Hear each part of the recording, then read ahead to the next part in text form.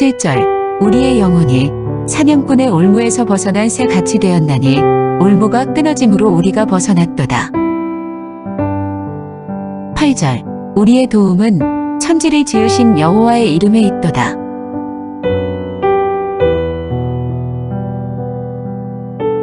여호와께서 우리 편에 계시지 아니하셨더라면 이라는 제목으로 하나님 말씀을 전하도록 하겠습니다. 오늘은 그 사도 바울의 이야기로 먼저 시작하고자 합니다. 사도 바울이 예수 믿기 전에 예수 믿는 자들을 회방하고 핍박하고 폭력을 행사하는 자였습니다. 그러나 예수님을 믿고 난 이후에 그의 삶이 완전히 바뀌게 됩니다. 예수님을 전하는 자로, 복음을 전하는 자로, 이방인의 사도로 세워지게 됩니다. 일평생 그렇게 복음을 전하는 자로 삶을 살았던 것입니다. 이 사도 바울이 에베소 교회에서 목회를 하고 있는 디모데에게 편지를 썼는데 그 편지 내용 가운데 일부분이 이렇습니다. 나는 죄인 중에 괴수다. 일평생 주의 복음을 전하는 사역을 하였던 사도 바울, 내 나름대로 괜찮게 사역했지, 이렇게 말하고 있는 것이 아니라 그렇게 열심히 주를 섬겼음에도 불구하고 나는 죄인 중에 괴수다라는 고백을 합니다. 그러면서 내가 사도로서의 그 역할을 제대로 감당할 수 있었던 것은 주의 긍휼하심이 있었기 때문이다라고 고백을 합니다. 사도 바울과 같이 회방하는 자고 또 핍박하는 자고 또 폭력을 행사하는 자가 복음을 전하는 사도가 될 수 있었던 것은 전적인 하나님의 은혜에 근거한 것이고 하나님의 긍휼에 근거한 것임을 사도 바울은 한순간도 잊지 않았던 것입니다. 또 사도 바울 마음속에는 무엇이 있었는가? 내가 이렇게 하나님의 긍휼하심을 입어 사도가 되었다라고 한다면 이 세상에 하나님의 긍휼을 입지 못할 자가 누가 있겠는가? 그런 마음을 가지고 사도 바울이 힘써 복음을 전하는 이 사역에 매진할 수 있었던 것입니다. 저와 성도 여러분들도 마찬가지죠. 죄와 허물로 죽었던 자들입니다. 하나님의 그 전적인 은혜와 긍휼하심으로 우리가 하나님의 귀한 자녀가 된 것입니다. 이렇게 예배의 자리에 나올 수 있는 것도 하나님의 은혜인 것이고 또 말씀을 들을 수 있는 귀가 열리는 것도 하나님의 은혜인 것이고 말씀을 듣고 나서 하나님 앞에 전심으로 기도할 수 있는 것도 하나님의 은혜인 것입니다. 우리 눈에 보이는 뭔가 그 확실한 것, 기적과 같은 놀라운 일들이 벌어져야지 그것이 하나님의 은혜가 아니라는 거죠. 물론 그것도 하나님의 은혜가 될 수 있죠. 우리의 그 힘든 어려운 그 환경에서 우리 하나님께서 건져주시고 사람들이 다 알 수 있는 그런 복을 주셔야지 그것이 은혜가 아니라 그냥 우리가 이렇게 믿음으로 살아갈 수 있도록 하나님을 예배하고 말씀을 붙잡고 기도하며 살아갈 수 있는 것, 그 자체가 하나님의 은혜인 것을 우리에게 알려주고 있는 것입니다. 우리가 이미 하나님의 은혜 가운데 살고 있음을 기억하시고 늘 하나님께 감사하며 하나님을 찬양하며 주와 동행하는 복된 삶을 살아가시는 저와 성도 여러분들 모두가 되시기를 주의 이름으로 축복합니다. 오늘 말씀을 보시게 되면 시인은 하나님의 은혜를 발견하고 하나님을 찬양하는데 뭔가 새로운 것을 찾아내지 않습니다. 이미 기존에 하나님께서 베풀어 주신 은혜에 대해서 감사를 하고 있는 것입니다. 보통 우리가 하나님을 찬양한다라고 이야기할 때 하나님께서 베풀어 주신 그 놀라운 은혜, 구원의 은혜, 어려움으로부터 벗어나게 하시고 지금 내 삶을 형통케 하신 그 하나님의 은혜들을 생각하면서 찬양할 수 있겠지만 오늘 시인은 하나님께서 나와 함께하지 아니하셨더라면, 하나님의 손이 나를 붙잡아 주시지 아니하셨더라면, 하나님이 내 편이 되어주지 아니하셨더라면, 이렇게 하나님이 나에게 이런 은혜를 베풀어 주시 아니하였을 때 내 삶이 어떻게 되었을까를 생각하는 거죠. 눈에 보이는 그런 확실한, 누가 보더라도 이것은 하나님의 은혜다 말할 수 있는 것이 없다 할지라도 하나님이 내 편이 되어주셔서 지금까지 온 일들을 생각하면서 오히려 그것이 하나님의 은혜라고 고백하며 하나님을 찬양하고 있는 시인의 모습을 우리에게 보여주고 있습니다. 1절에 있는 말씀을 보시게 되면 이스라엘은 이제 말하기를 여호와께서 우리 편에 계시지 아니하셨더라면 우리가 어떻게 하였으랴. 하나님이 우리 편에 계시지 아니하였으면 어떻게 하였으랴. 그것에 대한 대답으로 2절에 있는 말씀부터 보시게 되면 사람들이 우리를 치러 일어날 때에 여호와께서 우리 편에 계시지 아니하셨더라면 그때 그들의 노여움이 우리에게 맹렬하여 우리를 산채로 삼켰을 것이며 그때의 물이 우리를 휩쓸며 시내가 우리 영혼을 삼켰을 것이며 그때에 넘치는 물이 우리 영혼을 삼켰을 것이라 할 것이로다. 하나님이 우리 편에 서지 아니하셨다라고 한다면 이미 우리가 삼켜질 것이다. 이미 우리가 망하였을 것이다 라고 말씀을 하고 있는 것입니다. 성도 여러분, 우리의 삶에 그렇게 눈에 보이는, 그러니까 누가 보더라도 정말 하나님의 은혜가 있다 이렇게 말할 만큼의 것들이 우리 삶 가운데 보여지지 않더라도 지금 우리가 이렇게 살아서 이 새벽에 단잠을 깨우고 하나님께 나오는 것 그 자체가 하나님이 우리 편이 되어 주셔서 우리와 동행하고 우리와 함께 하신 결과라고 하는 것입니다.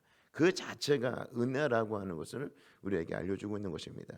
성도 여러분, 내 주변에 있는 사람들이 간증할 만한 그 눈에 보이는 그런 확실한 은혜가 내 삶 가운데 없다 하더라도 이렇게 새벽에 나와 하나님 앞에 예배를 드리는 것 그 자체가 하나님께서 우리 편이 되어주신 결과이며 하나님께서 우리와 함께 하신 그 결과라고 하는 사실을 우리가 기억하시고 이것 자체가 하나님의 은혜임을 잊지 않고 우리 하나님을 예배하고 우리 하나님을 찬양하며 우리 하나님께 감사하는 마음을 갖는 저와 성도 여러분들 모두가 되시기를 주의 이름으로 축복합니다.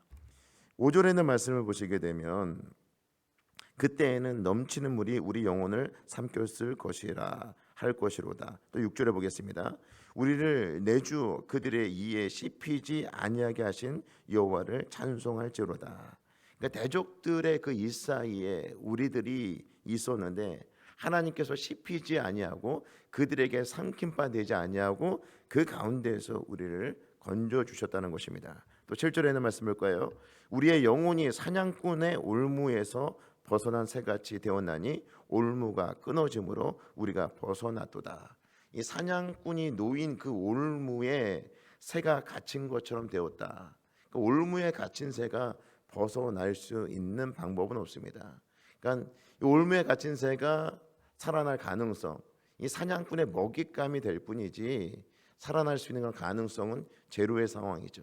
그런 상황 가운데서 우리 하나님께서 건져 주셨다라고 말씀을 하고 있는 것입니다. 그러니까 다윗이 삶이 이와 같았습니다. 오늘 표절을 보게 되면 다윗의 시 곧 성전에 올라가는 노래라고 표시되고 있지 않습니까? 이렇게 다윗이 과거의 그 삶들을 들여다보게 되면 늘 사울에게 쫓기는 삶이었습니다. 그러니까 사냥꾼의 그 올무에 걸린 것 같이 목숨이 경각에 달려있는 그런 숱한 상황들이 있었습니다. 그리고 그러니까 사울에게 늘 쫓겨다니는 그런 삶 가운데 있었지만 하나님께서 이 다윗의 편이 되어주셔서 피할 바위가 되시고 요새가 되시고 산성이 되어주셨다라고 하는 것입니다. 그런 지난 날들의 일들을 이 다윗이 추억하면서 기억하면서 이 모든 것들이 하나님의 은혜라고 고백을 하고 있는 것입니다. 저와 성도 여러분들의 삶도 마찬가지죠. 우리가 그 죄악 가운데서 벗어날 수 없는 그런 존재 아니었습니까? 사단이 쳐놓은 그 올무에서 벗어날 수 없는 그런 존재였습니다. 죄와 허물로 죽었던 우리들, 이 모든 문제로부터 예수 그리스도께서 우리를 해방시켜 주시고 우리를 하나님의 귀한 자녀로 만들어 주신 것이죠. 그래서 우리가 잊지 말고 기억해야 되는 것은 우리가 현재의 그 삶 속에서 하나님의 은혜라고 말할 수 있는 그런 가시적인 복이 우리에게 임하지 않는다 하더라도 이미 예수 그리스도를 통해서 우리에게 베풀어 주신 은혜가 크다라고 하는 것입니다. 그리고 그 은혜 가운데 우리가 살아가고 있는 것이죠. 오늘 우리가 살아가고 있는 것은 우리 하나님께서 우리 편이 되어서 우리를 붙잡아 주시기 때문에 가능하다라고 하는 사실을 기억하시고 오늘 하루를 살아갈 때 우리 하나님을 찬양하며 우리 하나님께 감사를 올려드리며 주와 동행하는 복된 삶을 살아가시는 저와 성도 여러분 모두가 되시기를 주의 이름으로 축복합니다. 하나님이 늘 우리와 함께 하시고 우리 편이 되어 주신다라고 말씀을 하고 있는데 이제 좀 보다 적극적으로 우리가 하나님 편이 되었으면 좋겠습니다. 하나님 편이 되어서 하나님께서 우리에게 주신 그 말씀에 순종하고 하나님께서 기뻐하시는 것이 무엇인지를 우리가 분별하며 그 말씀에 보다 적극적으로 순종하며 하나님이 우리 편이 되어 주시는데 우리가 보다 적극적으로 하나님 편이 되어서 우리 하나님과 동행하는 복된 하루의 삶이 되시기를 주의 이름으로 축복합니다. 기도하시겠습니다. 이제 오늘 받은 말씀으로 함께 기도하겠습니다.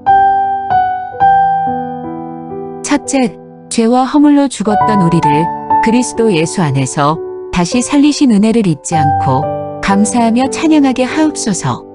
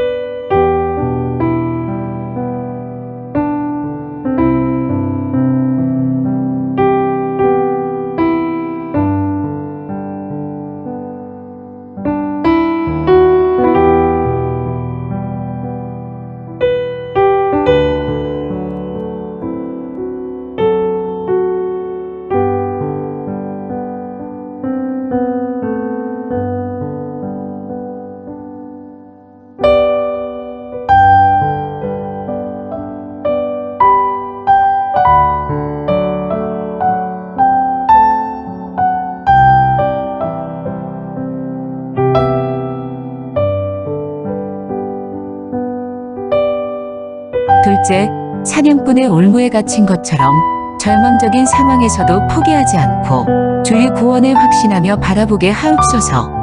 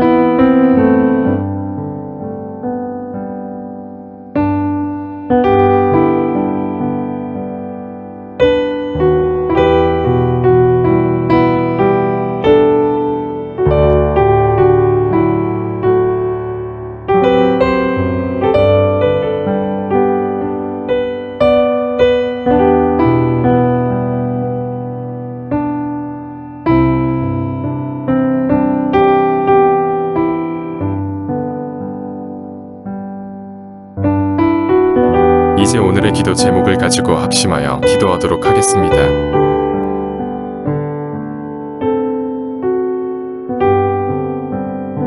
첫 번째, 하나님이 나의 편이 되어 주시듯 나 또한 언제나 어느 곳에서나 하나님 편이 되는 삶이 되게 하소서.